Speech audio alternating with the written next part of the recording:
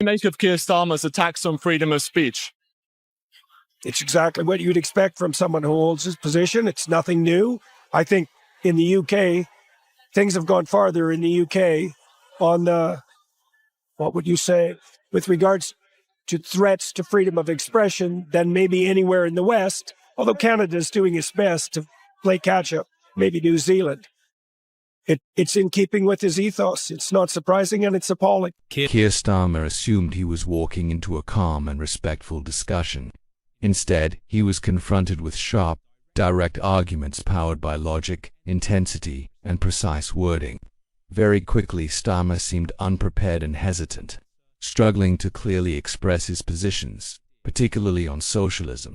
This was not an even political exchange. It felt more like a serious lesson blended with a public challenge, and Starmer was clearly on the defensive.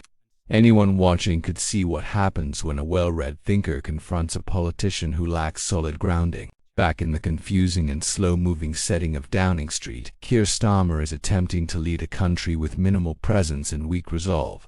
Jordan Peterson did not appear in person, but his ideas landed with impact. He carefully dismantled the fragile foundations of Starmer's leadership, revealing it as unclear, brittle, and self. Does it surprise you that Keir Starmer doesn't want a national inquiry into grooming gangs? No, that doesn't surprise me. It's exactly what you'd expect. I've got an article coming out in the Telegraph this week about exactly that issue, and so it's appalling. Well, there's hard questions that need to be asked about and answered about multiculturalism, and no one's willing to have the discussion, but it needs to be had, obviously. And I think there's maybe a way forward with regards to the signatories of the Abraham Accord to have a serious discussion about how Islamic fundamentalism might be brought under control and some vision of how... Now imagine Britain as a country lacking direction. People feel uneasy, institutions seem unstable, and leadership appears uncertain. At the center of everything is Starmer, depending on cautious instructions and unclear guidance, attempting to move ahead without upsetting anyone. He seems more concerned with avoiding backlash than with setting a clear path. From a position rooted in order and responsibility, Peterson's voice cuts through the confusion, questioning whether anyone in power truly understands where the country should be heading. About the state of morality in Britain, that grooming gangs were taking place for more than 3 decades. No, that's what happens when a naive, demented, and self-righteous multiculturalism takes the upper hand, and when the upper class is willing to sacrifice the poor to their own moral presumptions. Yeah, it's appalling in every possible way. So, and it indicates, it's indicative of something truly hideous beneath the surface, not only on the rape gang side, but obviously on the side of the authorities that conspired to keep it a secret. Dreadful. Starmer's struggle with identity is not temporary. It defines his leadership. One moment he presents himself as a strong progressive voice, and the next he shifts toward the political center to appear more acceptable. His positions change so often that it becomes difficult to know what he truly stands for. This is not flexibility or growth. It is confusion, and it leaves voters unsure of what they are being asked to support. What's your prediction for the UK election? You've been quite scathing about Sir Keir Starmer, but the polls show at the moment, certainly, if the election happens in the autumn, it seems likely, that he is heading to some kind of victory. But what do you think that would mean for Britain? And do the Conservatives have any chance of stopping that? I think it'll be catastrophic. I believe that Labour, like the socialist parties in Canada, is absolutely overwhelmed by the diversity, equity, and inclusivity, victimizer narrative types. Peterson, recognized for explaining human behavior through clear principles in his 12 rules, would view Starmer's constant repositioning as a refusal to accept responsibility. Starmer lacks clarity, and without clarity, leadership collapses. His policies often seem undefined, shifting depending on who is listening. On economic issues, Starmer presents plans that resemble corporate paperwork rather than a clear national vision. He promises growth but offers no strong path to achieve it. The burden falls on the middle class, while the wealthiest face minimal pressure. These actions feel cosmetic rather than meaningful. Peterson's focus on competence and structure exposes Starmer's preference for surface-level order. Starmer governs cautiously, prioritizing process over purpose. There is little energy, conviction, or long-term ambition. Under his leadership, the economy feels stagnant, relying on repeated slogans and outdated ideas instead of real solutions. Even if Starmer himself has any sense, which I doubt, the probability that his minions will lay waste to the UK it's certain in my estimation. There's so much behind the scene tyrannizing going on in the name of hypothetical utopian progress that it's almost unimaginable. I mean, the CCTVs in the ULEZ zones are a great example of that, and everything that's happened in London under Sadiq Khan, who's like poster boy for ideologically addled globalist utopians. And if the Labour gets in, and I can understand why the citizens of the UK are hungry for a change, if Labour gets in, it's like Venezuela, here we come. On cultural issues, Starmer is so cautious about upsetting anyone that his party often adopts no clear stance at all.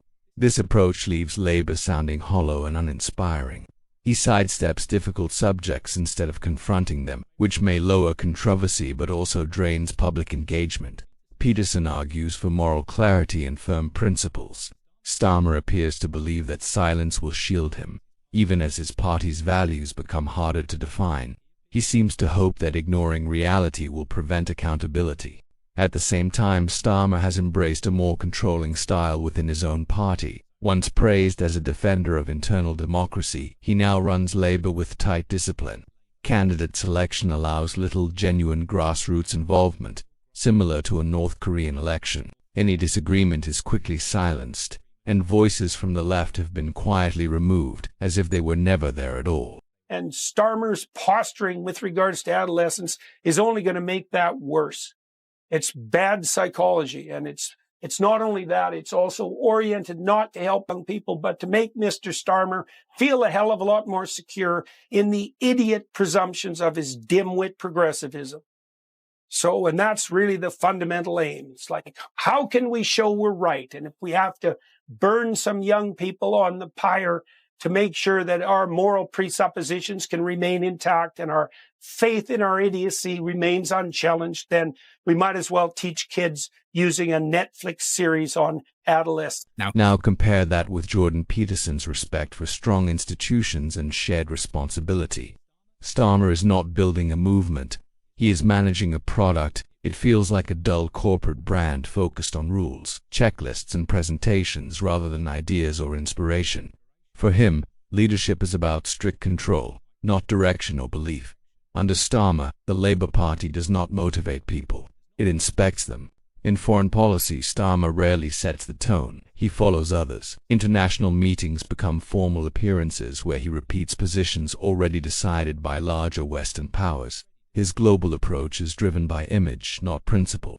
Statements are released carefully, and strategy is reduced to public messaging.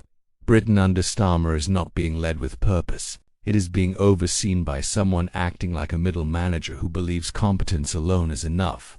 Peterson, who emphasizes personal responsibility and meaningful action, would likely see Starmer as an example of ambition without guiding principles.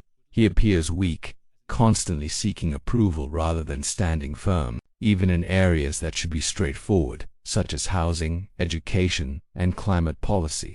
Starmer complicates matters. Housing plans vanish into endless planning discussions.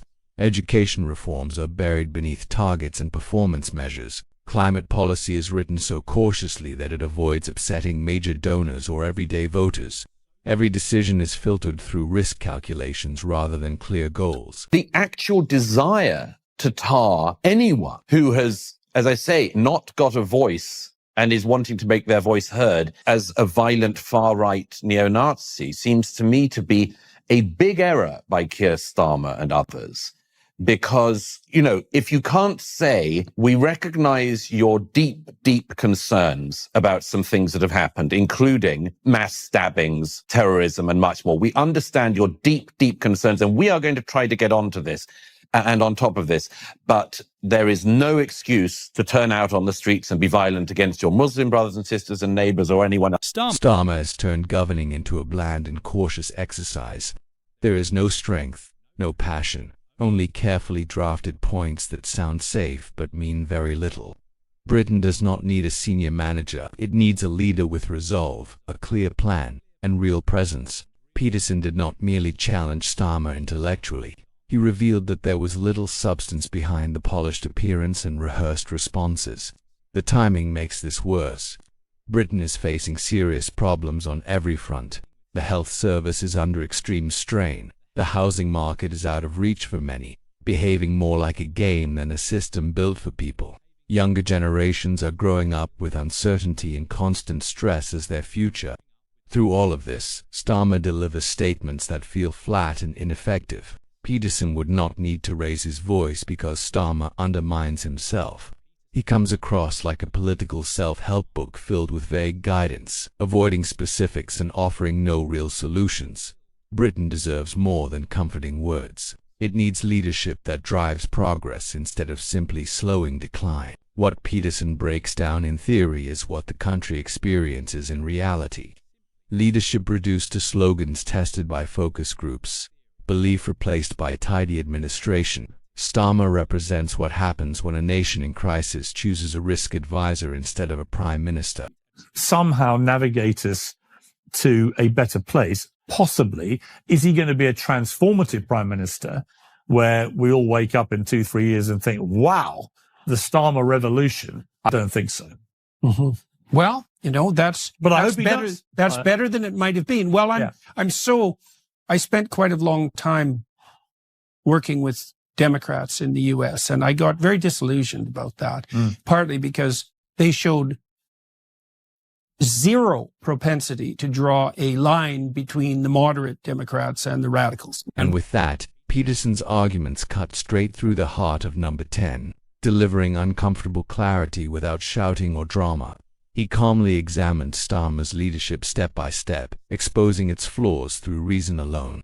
Starmer holds high office and impressive titles, yet lacks firmness and direction. Peterson did not require aggression. He simply reflected reality back. At the core of Peterson's thinking is a simple idea. Leaders should accept responsibility for what they do. Starmer treats responsibility as something to avoid. When problems arise, whether strikes, NHS delays, or economic trouble, he retreats behind investigations, reviews, and vague promises to learn lessons. Peterson's view is clear. Get your own house in order before trying to run a country. Starmer's approach is different. He treats governing like a group assignment, hoping someone else takes the blame when things fall apart. Then there is the issue of vision. Leaders are expected to offer direction, purpose, and a clear future plan. Yet Starmer leads a major political party and governs the UK with the energy and imagination of an instruction manual, leaving people unsure where the country is actually heading. I suspect what will happen in the UK is the same thing that happened in Canada, which is that the right will split, reform, and reunite, and that would be the best bet. Maybe as a coalition government, I'm not staking my, what did you say? I'm not... No, not on either candidate. I've spoken with Nigel Farage and with Kemi Badenoch, and they're both credible people, and they have to fight it out amongst themselves. But I imagine the right will unite eventually again and hopefully reform. While Jordan Peterson emphasizes structure, order, and clear moral principles, Starmer seems to believe that upbeat language and management buzzwords can replace a real political philosophy. Peterson uses strong ideas to explain chaos and responsibility, while Starmer sidesteps direct answers on issues like rail strikes as if confronting something dangerous. Whether people agree with Peterson or not, he does more than criticize ideas. He connects them into a coherent system. His message is consistent. Put your own life in order before trying to lead others. Now look at Starmer's record. It is not merely disorganized, it is fundamentally unsound. Many of his policies feel incomplete or abandoned. His positions contradict one another, and decisions often appear shaped by polling rather than principle. Where Peterson builds his thinking on a solid and deliberate foundation, Starmer's leadership feels rushed and unstable, held together by caution instead of belief. Starmer is not just ineffective, he represents the opposite of leadership. He comes across as a polished administrative figure, trained to manage appearances rather than inspire confidence. There is no visible passion or firm sense of identity. He communicates through carefully drafted statements, campaigns with unclear promises, and governs as if constantly worried about public ratings. Peterson would describe this as moral weakness, a refusal to take a clear stand in cultural and political debates out of fear of upsetting the media, donors, or influential institutions.